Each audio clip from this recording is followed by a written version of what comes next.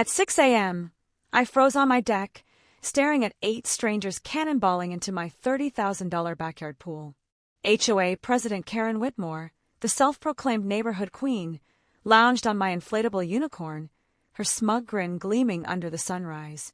Wet footprints trailed from my broken gate, smashed for the 4th time this month, to my custom filter, now choking on their hair. The air reeked of cheap sunscreen. "Just community bonding, Marcus," Karen chirped, waving like she owned my yard. Fury surged through me as I gripped a small baggie of pool shock powder.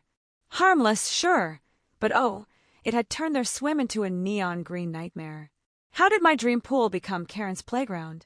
It started 3 months ago, at an HOA meeting that flipped my world upside down. One petty rule sparked this war, and I was done playing nice. What would you do if your neighbor stole your backyard? Drop your worst HOA horror below. 3 months earlier, I'd walked into my first HOA meeting like a lamb to slaughter. Fresh off a brutal divorce, I'd bought my Pinehurst Estates house 8 months earlier with my settlement money. Phoenix suburbia stretched endlessly. 847 homes built between 2019 and 2021, each paying $285 a month for premium community amenities. The smell of fresh asphalt still lingered from ongoing construction. One thing kept me sane through my 60-hour work weeks as an electrician, my backyard oasis. That saltwater pool cost $30,000, every penny of my fresh start. Custom LED lighting, imported tiles, and a filtration system that could handle a resort. It was my sanctuary, proof that I'd survived the wreckage of my marriage. The community center reeked of burnt coffee and bureaucracy. Folding chairs faced a plastic table where 5 board members sat like war crime judges. The desert heat made everything stick. My shirt, my patience, and my attention to the woman commanding the room. Karen Whitmore, 52, bleached hair twisted into a power bun, real estate smile sharp enough to sell swampland to tourists. She wore authority like cheap perfume, overwhelming and inescapable.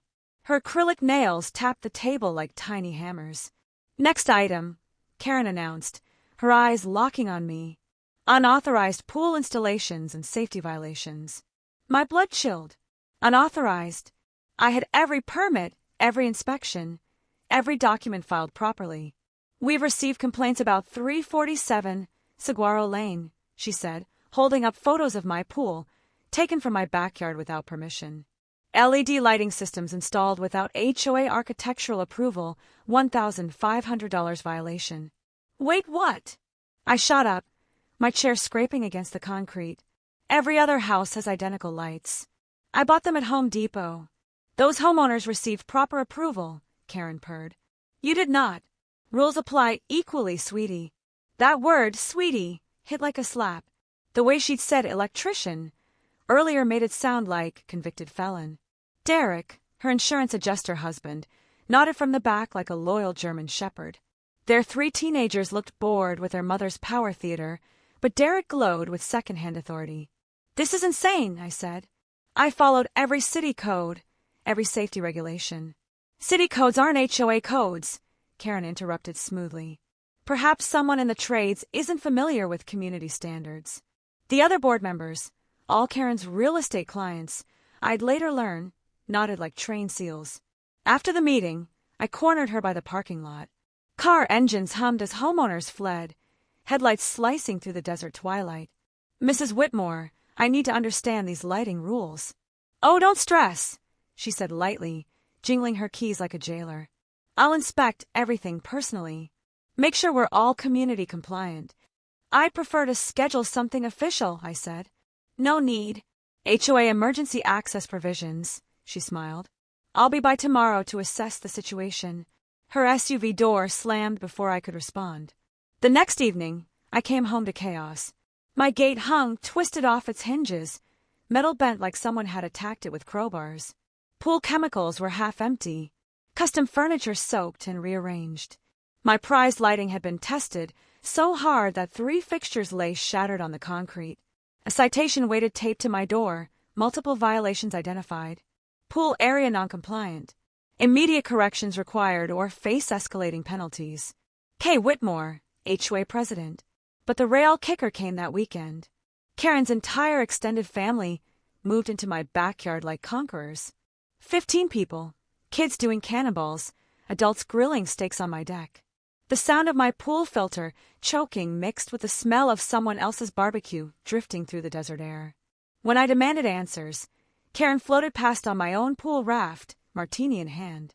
Just ensuring community standards, Marcus. Can't properly evaluate pool safety without comprehensive testing. Her laugh echoed off my fence like breaking glass. That's when it hit me. This wasn't about lighting violations or safety standards. Karen had decided she wanted access to my pool, and she'd weaponize every HOA rule in existence to steal it legally. 3 months of escalating warfare would teach me just how deep her corruption ran and exactly how far I'd go to stop her. 2 weeks after Karen's inspection, things escalated faster than a house fire in August.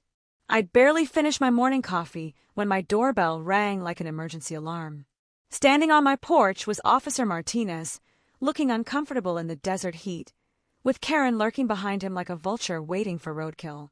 "Mr. Thompson, we've received a complaint about threatening behavior toward a neighbor," Officer Martinez said, sweat already beading on his forehead. The morning air carried the scent of creosote and Karen's overpowering floral perfume, which somehow made the heat feel even stickier. "Threatening behavior?"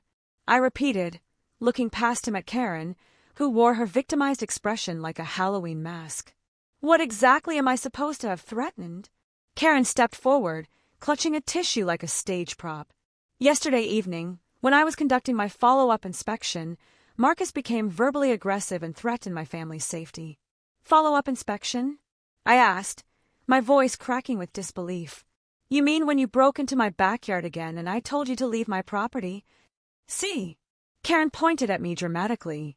That aggressive tone. "Officer, I have witnesses who heard everything." And she did.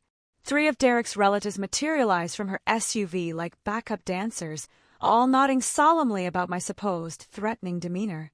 The crunch of gravel under their feet sounded like a jury delivering a guilty verdict. Each one swore they'd heard me make vague threats about, making her regret continuing the inspections. Officer Martinez looked between us, clearly wishing he'd called in sick. "Mr. Thompson, did you raise your voice or make any statements that could be interpreted as threats?" "I told her to get off my property and stop using my pool without permission," I said flatly. "If that's threatening, then yes, I'm guilty." Karen dabbed her eyes with theatrical precision. "He said he'd make me regret continuing the inspections." "That sounds like a threat to me." The metallic taste of injustice filled my mouth. She was twisting my words like a pretzel, and her relatives were backing her story with Academy Award performances. But as Martinez wrote up his report, something my divorce lawyer once told me echoed in my head. "Document everything, Marcus. In legal disputes, the person with the best records wins." After they left, I stood in my driveway feeling like I'd been mugged in broad daylight. Karen had just played the victim card and won the first round, but 2 could play the documentation game. And I'd learned something valuable during my divorce proceedings. Arizona's one-party consent laws meant I could record anything that happened on my property without anyone's permission. That afternoon, I drove to Best Buy and dropped $400 on security cameras.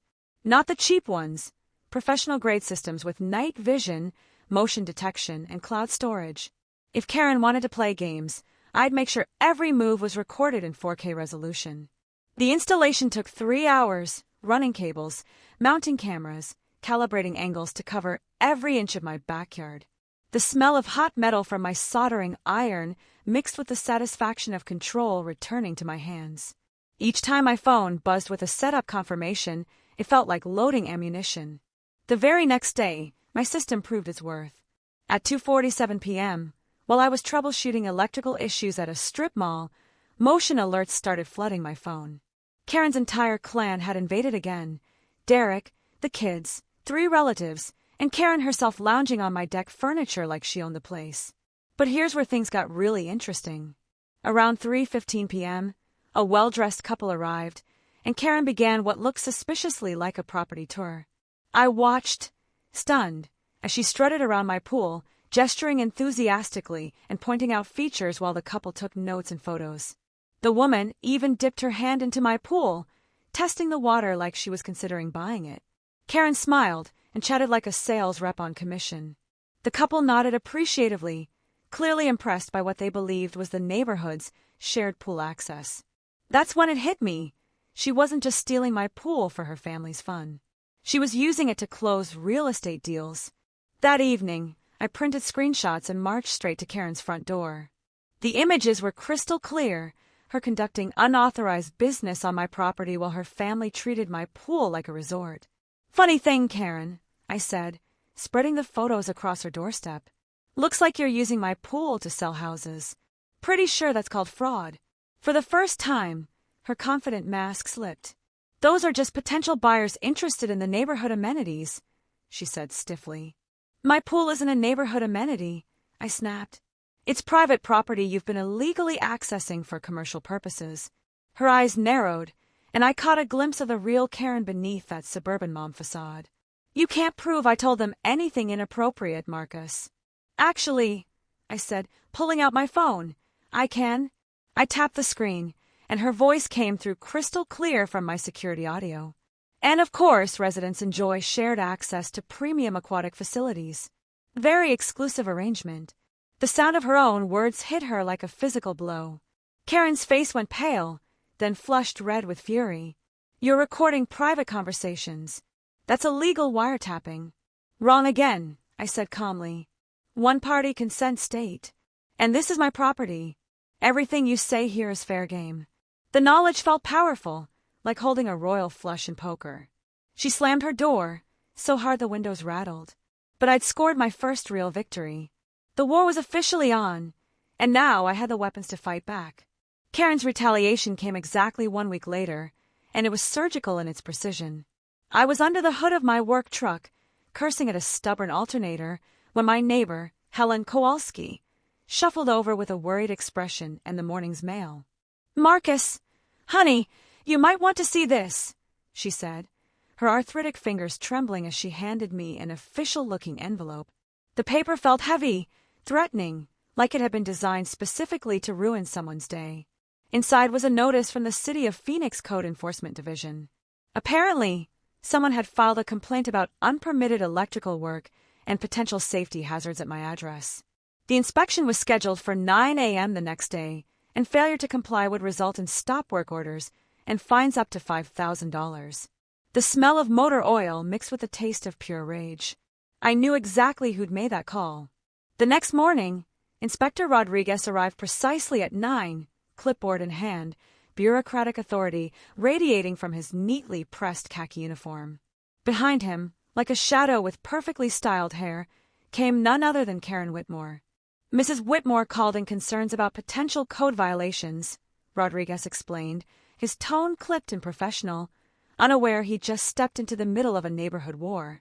"She mentioned extensive electrical work without proper oversight," Rodriguez said, reading from his clipboard. Karen smiled that same fake real estate smile. "I'm just looking out for community safety," she said sweetly. "We can't have unlicensed work creating fire hazards for everyone." "Unlicensed?" The word hit like a slap. "I've been a licensed electrician for 12 years, I said sharply. "Every piece of work here has been inspected and approved." For the next hour, I watched Rodriguez examine every installation, pool lighting, outdoor outlets, the upgraded service panel, all work I'd done myself, all perfectly legal. During my divorce, I'd learned one thing that never failed: documentation saves lives and lawsuits. Every permit, every inspection certificate, every piece of proof was neatly organized in a thick binder I'd prepared for exactly this kind of situation. "Inspector Rodriguez," I said, handing him the binder, "here are all the permits and signed inspection certificates from your department. Everything was done to NEC standards." He flipped through the papers, his expression slowly shifting from official suspicion to mild annoyance. "Mr. Thompson," he said finally, "this work is completely up to code. All proper permits were pulled. All inspections passed." Then he turned toward Karen. "Ma'am, what specific violations were you reporting?" Karen's confident mask began to crack like old paint. "Well, there were concerns about proximity to water, and the electrical load calculations seemed—" "Ma'am," Rodriguez interrupted, his tone edged with irritation, "are you a licensed electrician?" "No, but I have experience in real estate." "Then you're not qualified to assess electrical code compliance," he said firmly. Mr. Thompson, your installation is fully compliant. Mrs. Whitmore, filing false reports wastes city resources and can result in penalties. As Rodriguez drove away, Karen's facade shattered completely. Her eyes burned with fury. This isn't over, Marcus. I know people in this city, important people. Your documentation game won't protect you forever. Actually, I said calmly, pulling out my phone, it will. And now I've got you recorded threatening to abuse your connections to harass a neighbor. Her expression faltered for a split second before she turned on her heel and stormed off. But Karen's real surprise came that afternoon. Derek's pickup truck pulled into my driveway, and he climbed out wearing his insurance adjuster uniform like armor, an official tablet in hand. Marcus, he said in that smug, businesslike tone, I need to conduct an inspection of your pool area for liability issues. Insurance company requirements. Insurance inspection? I frowned. I never filed a claim. Neighbor complaint triggered a review. Standard procedure, he replied smoothly. His smile matched his wife's, fake charm with a side of arrogance. Won't take long. I watched him photograph everything, measuring distances, jotting notes, pretending to be legitimate. The sound of his boots on my deck felt like an invasion. Then it clicked. Derek worked for Pinnacle Risk Management. My coverage, however, was through Desert Southwest Insurance. Derek, I said slowly, you have no authority to inspect my property. You don't even work for my carrier. His pen stopped mid-stroke. We stared at each other across the pool deck, the desert sun beating down like a spotlight on his lie. Must be some mix-up, he mumbled, backing toward his truck. But then Karen's plan revealed its real brilliance. As Derek retreated, my phone buzzed. Email. Policy review required. Neighbor safety complaint filed. My heart sank. While Derek was running his fake inspection, Karen had filed a real complaint with my actual insurance company, claiming my pool posed safety risks to the neighborhood. The email detailed a mandatory inspection scheduled for the following week. Failure to cooperate could mean policy cancellation. Checkmate, Karen called from her driveway, watching Derek speed away. Hope you enjoy explaining to your real insurance company why neighbors are filing safety complaints. The metallic taste of defeat filled my mouth. She played me perfectly. Derek's fraud was just misdirection while the real attack came from behind. Now I faced a legitimate insurance review triggered by her lies, and my recording of Derek meant nothing because the real threat was completely legal. Standing in my driveway, staring at Karen's triumphant smile, I realized I was dealing with someone far more cunning than I'd anticipated. This wasn't petty HOA drama anymore. This was war, and she just won a major battle. The insurance inspection hit me like a sucker punch to the wallet.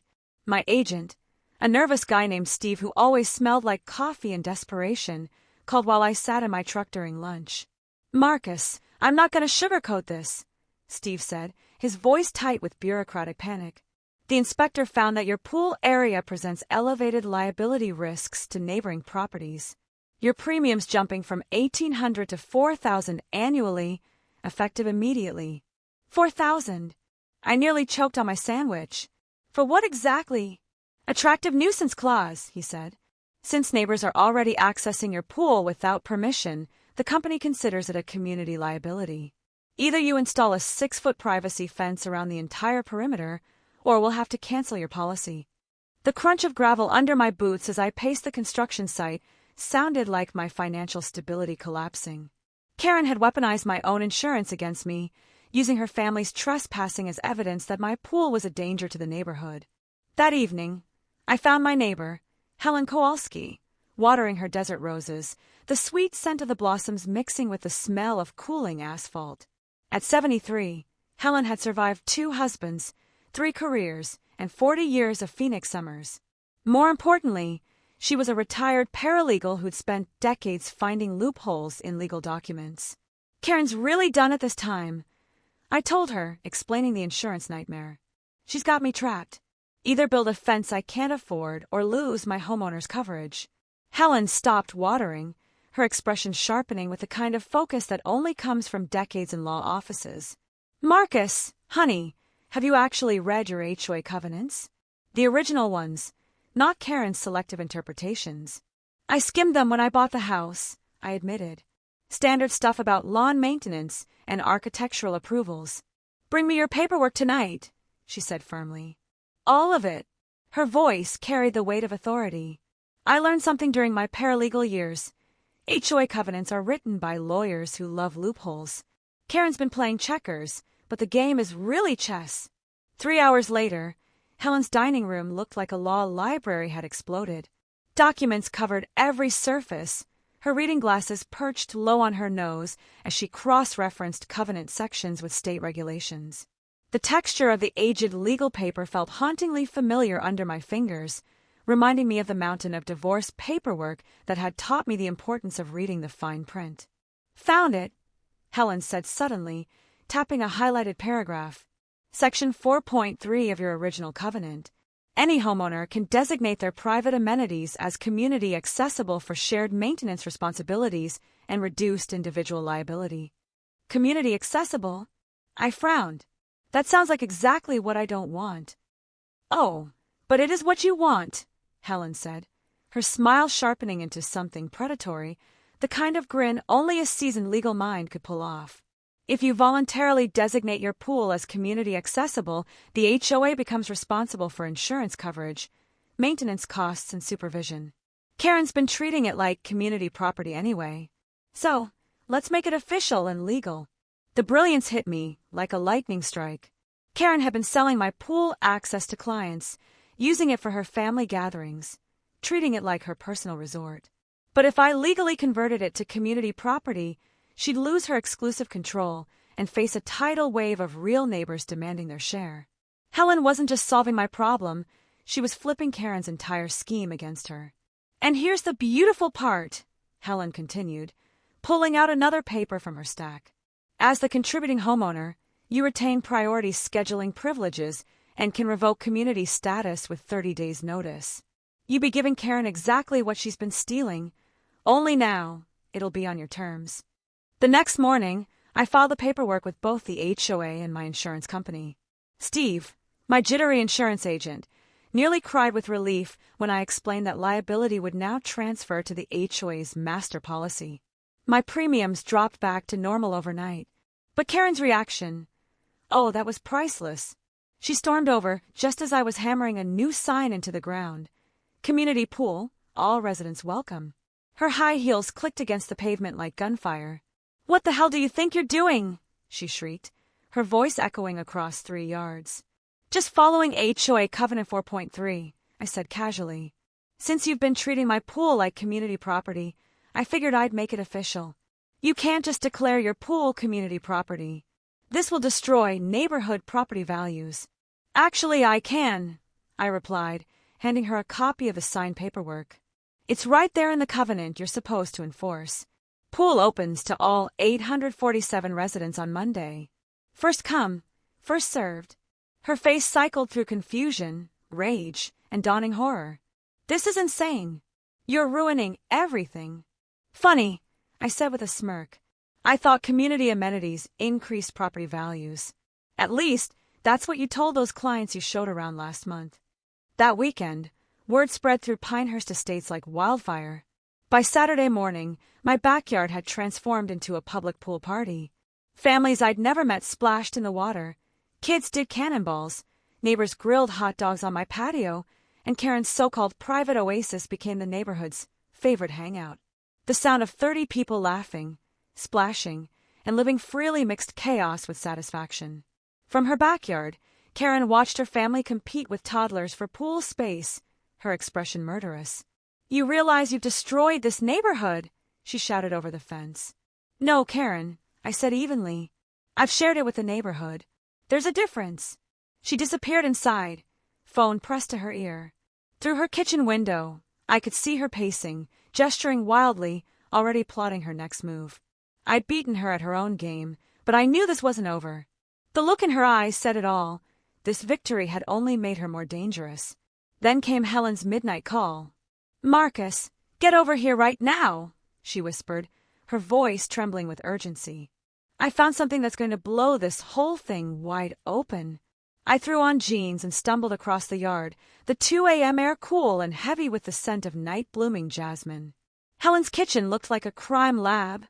papers everywhere, coffee cups scattered, her laptop glowing with open spreadsheets. "I couldn't sleep," she said, eyes blazing behind her glasses. So I kept digging into HOA financial records. Public filings, contractor invoices, expense reports. Marcus, Karen's been running an embezzlement scheme. The smell of burnt coffee mixed with the static tension of discovery as she turned the screen toward me. Rows of numbers filled the spreadsheet, highlighted entries that told a story of systematic theft. "Look at this," Helen said, pointing to a line item. "Pool maintenance, $47,000 paid to Desert Oasis Pool Services. 47 grand? We don't have a community pool." "Exactly," she said, her voice razor sharp. "And guess who owns Desert Oasis Pool Services?" Her finger slid to a business registration document. "Derek Whitmore." I felt the blood drain from my face. She's been paying her husband's company out of HOA funds. Oh, it gets worse. Helen clicked through another tab. Landscape architecture consulting, $12,000 to Whitmore Design Solutions. That's Karen's side business. Community safety improvements, $8,000 for security enhancements that were never installed. Each document hit like a punch to the gut.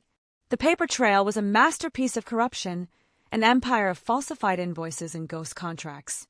Every few months, Karen would approve another payment to a company owned by her or Derek, always for services benefiting the community.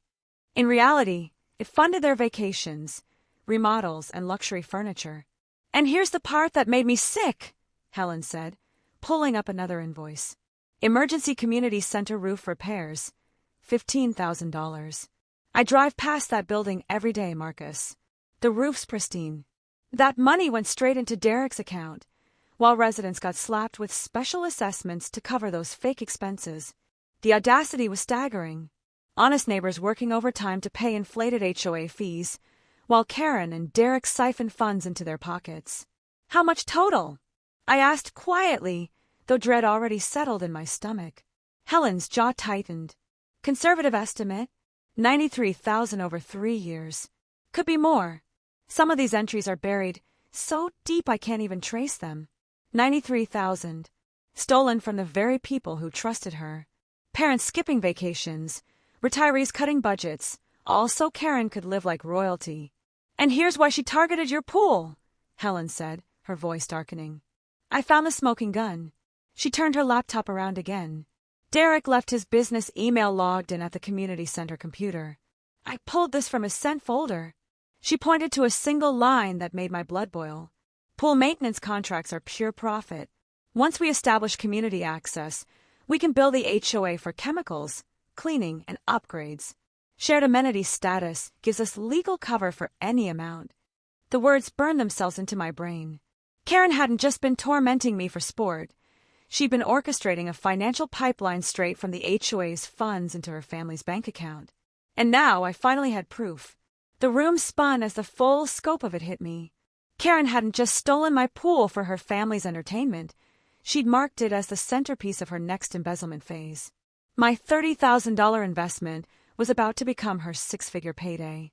"Helen," I said slowly, feeling my pulse thunder in my ears. "This isn't neighbor drama anymore. This is felony embezzlement with a paper trail." Helen held up a small flash drive, her expression as grim as Judgment Day. Cutting specific electrical connections, then retreating through a hole he'd sliced into my fence with bolt cutters. But this wasn't random vandalism. Derek had targeted the exact components that would cause maximum damage while appearing accidental. The pump motor was fried, the control system destroyed, and chlorinated water had flooded the electrical panel, creating a safety hazard that required complete replacement. My phone rang before I'd finished assessing the damage. Karen's voice used false sympathy, thick and poisonous. "Oh, Marcus, I heard about your pool equipment failure. What a terrible accident. Derek mentioned he could handle the repairs through his company. Emergency rates, of course, but we'd take care of you." The audacity took my breath away. Sabotage my property, then offer to fix it at premium prices using HOA funds. The metallic taste of rage filled my mouth. "Thanks, but I'll handle my own repairs," I said flatly. "Are you sure?" she purred. "Derek says the damage looks extensive. Could be very expensive for someone on a tradesman's budget." That condescension slithered through the phone like smoke under a door. I'm sure. I hung up and immediately called Officer Martinez. 20 minutes later, Martinez stood in my backyard, reviewing the footage on my phone. His expression darkened with each replay.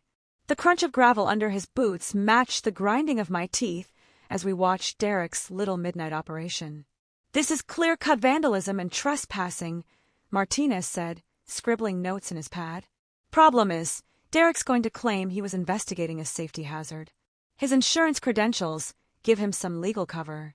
Even at 3 a.m, even cutting through your fence, his lawyer will spin it as an emergency response.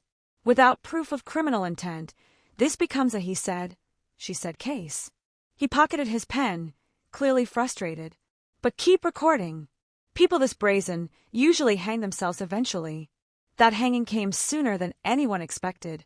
Wednesday evening, I was reviewing security footage when something froze my blood. Derek hadn't just sabotaged my pool, he'd returned the next day to document his own handiwork for insurance fraud. Tuesday's footage showed him back in daylight, photographing the destroyed equipment from multiple angles, measuring the water damage, filling out official paperwork. When I zoomed in, the header on those forms read Property Damage Assessment, Pinnacle Risk Management. Derek was filing a fraudulent insurance claim with his own company for damage he'd caused himself. The irony was perfect.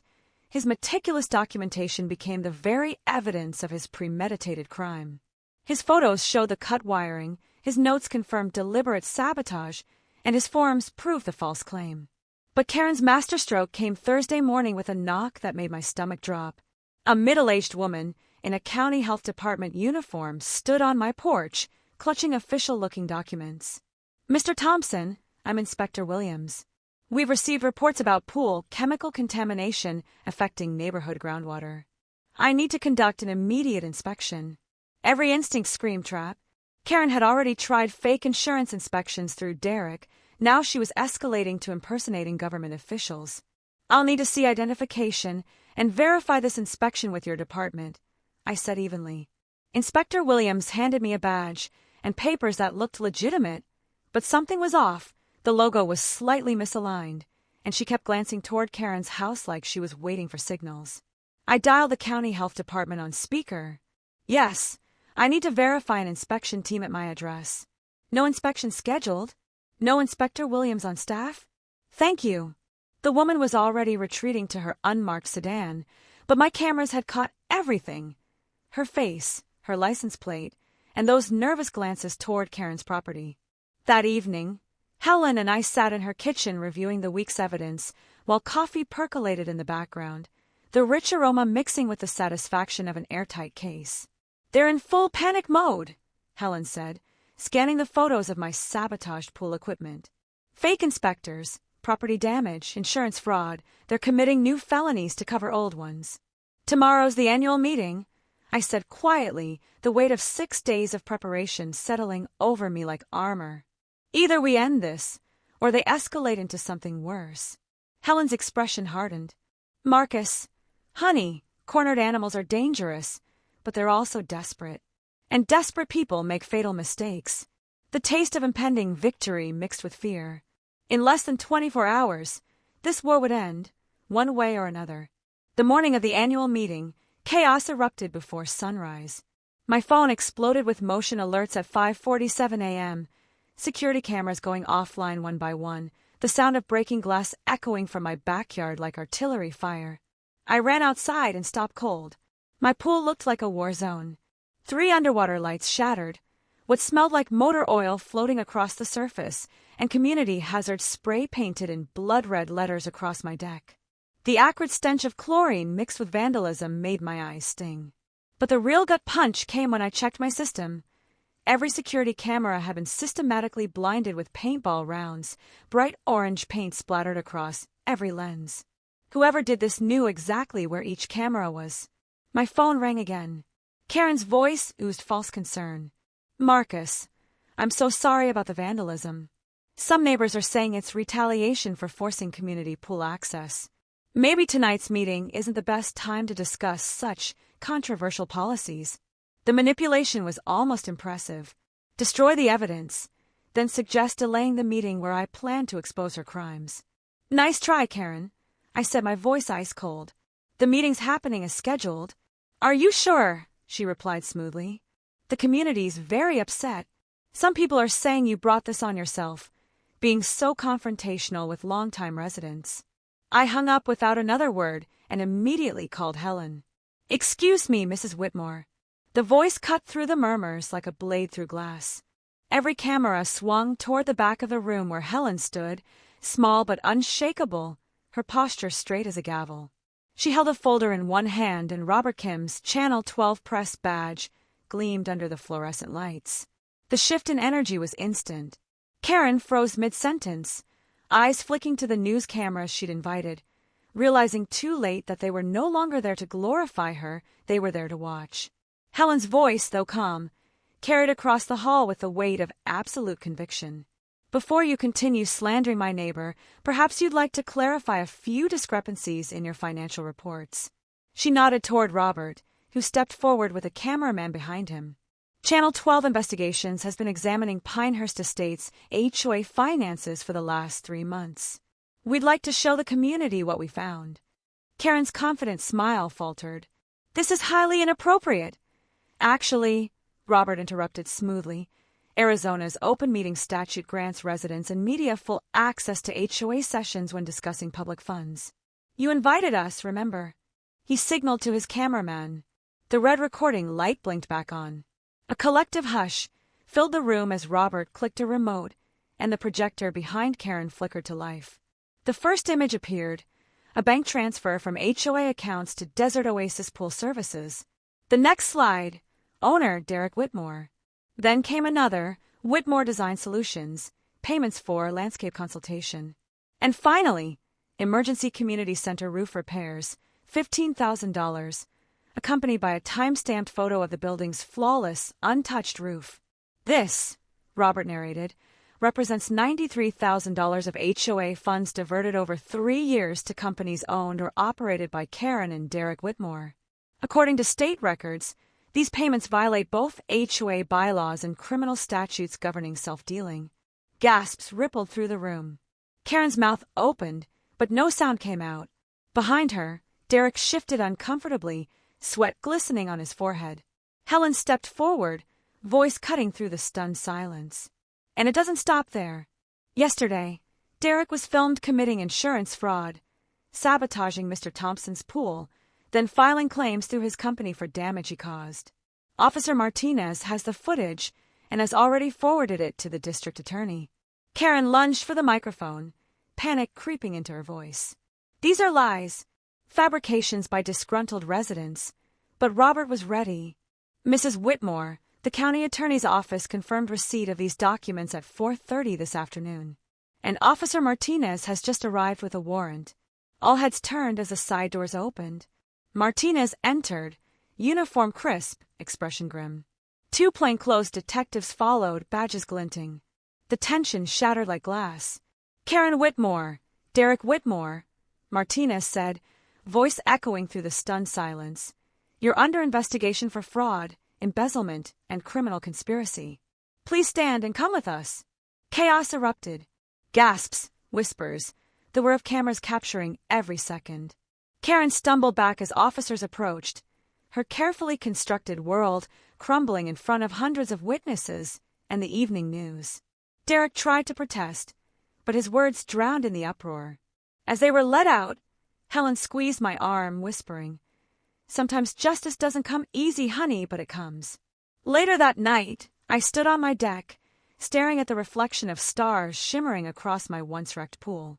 The neon green water from the earlier shock powder glowed faintly in the dark, a surreal victory banner. My phone buzzed with messages, neighbors thanking me, reporters requesting interviews, even an apologetic call from my insurance agent reinstating my original rates. The war was over. Karen had tried to drown me in bureaucracy, lies, and corruption, but in the end, she'd sunk in her own pool of deceit. For the first time in months, the desert night felt peaceful. The only sounds were the hum of the repaired pump, the soft ripple of water, and the quiet satisfaction of knowing that sometimes the HOA queen finally drowns in her own rules. A voice from the back cut through her speech like a knife. Robert Kim, Channel 12's investigative reporter, stood up, microphone in hand, his camera crew pivoting toward the podium. I have some questions about the financial irregularities you just mentioned. Karen's confident smile flickered for half a second. Financial irregularities? I'm not sure what you mean. Robert's tone stayed even, factual, but each word hit like a hammer. The $93,000 in unauthorized payments made to companies owned by you and your husband over the past 3 years. Would you like to comment on those before we continue? The room erupted. Neighbors turned to one another with shocked expressions, the low hum of gossip swelling into chaos. Camera crews swung toward Karen, red lights blinking, capturing every twitch of her face. She went white, then red, panic breaking through her carefully polished mask. I don't know what kind of false information you've received, she started, her voice trembling. These are public records, Mrs. Whitmore, Robert interrupted, producing a thick folder from his briefcase. HOA financial filings, contractor licenses, and bank deposit records. Desert Oasis Pool Services, Whitmore Design Solutions, multiple invoices for services never rendered. From the shadows, Derek stepped forward, his face a tight mask of desperation. This is harassment. You can't just make accusations without proof. Helen rose slowly from her seat, her posture regal, her voice carrying the steel of decades spent in law offices. Actually, we can prove it. She held up a small flash drive that caught the camera lights like a diamond.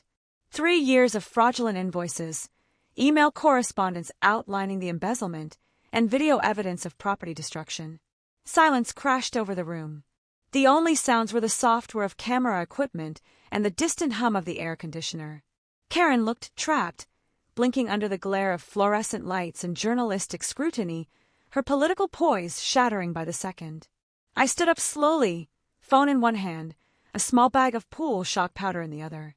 Karen, I said, walking toward the front of the room, you've been stealing from this community for 3 years. You used my property as cover for your next round of embezzlement. You destroyed evidence, sabotaged my home, and terrorized anyone who tried to stop you. Her voice cracked with fear. He's violating a restraining order. Someone call the police. The police are already here, Officer Martinez announced from the doorway, his badge gleaming under the fluorescent light. And Mrs. Whitmore, you're under arrest for embezzlement, fraud, and filing false police reports. The room exploded into chaos. Derek bolted for the exit, only to collide with 2 plainclothes officers waiting outside. Cameras caught everything. The handcuffs, the panic, the gasps from neighbors realizing how deep the betrayal ran. As the cuffs clicked around Karen's wrists, I uncapped my water bottle and poured in the pool shock powder. The liquid turned vivid neon green, glowing like justice made visible. Every camera turned to capture it. Sometimes, I said into the nearest microphone, you have to add a little color to make people see the truth. 6 months later, sunrise painted my rebuilt deck in shades of amber and gold. The smell of fresh cedar mixed with desert marigolds as neighbors gathered for the ribbon-cutting ceremony of our new community center pool, funded entirely by Karen and Derek's restitution payments. The legal aftermath had been swift and merciless. Karen pleaded guilty to embezzlement and fraud, sentenced to 3 years in state prison, and ordered to pay $127,000 in restitution, the final tally after investigators uncovered more hidden theft. Derek lost his insurance license permanently and faced federal mail fraud charges. Their house sold within weeks. The new owners, a young family with 3 kids, were already beloved neighbors, people who understood the radical concept of respecting boundaries. Helen Kowalski, now HOA president, transformed the association from Karen's private fiefdom into a functioning democracy. The first transparent budget meeting drew over 200 residents. Fees dropped 30% after purging phantom expenses. The sound of Helen's gavel still gave me chills, the sound of integrity restored. Marcus, you ready? She called from the patio, arranging ceremonial scissors that glinted in the morning light. At 73, Helen looked unstoppable. Purpose and justice had given her new life. Linda Chen had returned as treasurer, her forensic accounting now a shield instead of a weapon.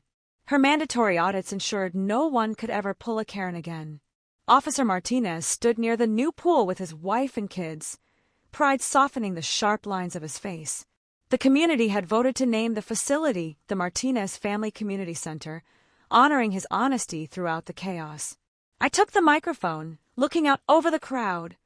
Faces that had once been wary strangers, now smiling friends. 6 months ago, this community was being robbed by the people we trusted most, I said, voice steady. Today, we're celebrating what happens when neighbors fight together instead of alone. Applause thundered. Children splashed in the sparkling pool built with restitution money, the ultimate irony. Karen's theft had financed the amenities she'd only pretended to maintain. Robert Kim's investigative series won a regional journalism award and triggered statewide HOA reform legislation. His follow-up stories exposed corruption in 12 more communities, recovering millions in stolen funds. But my victory wasn't about headlines, it was about peace. My backyard was once again a sanctuary, the heart of a neighborhood reborn from chaos. This center represents more than new facilities, I continued. It represents what happens when transparency replaces corruption, when ordinary people refuse to stay silent. Helen stepped forward and cut the ribbon. The scissors sliced through the red tape, both literal and symbolic. Cheers erupted as families streamed into the new center, children's laughter echoing across fresh concrete, sunlight glinting off water that shimmered clean and blue. I stood beside Helen, watching the celebration unfold. You know, I said, corruption depends on silence, but justice thrives in sunlight. She smiled, lifting her phone to take a picture.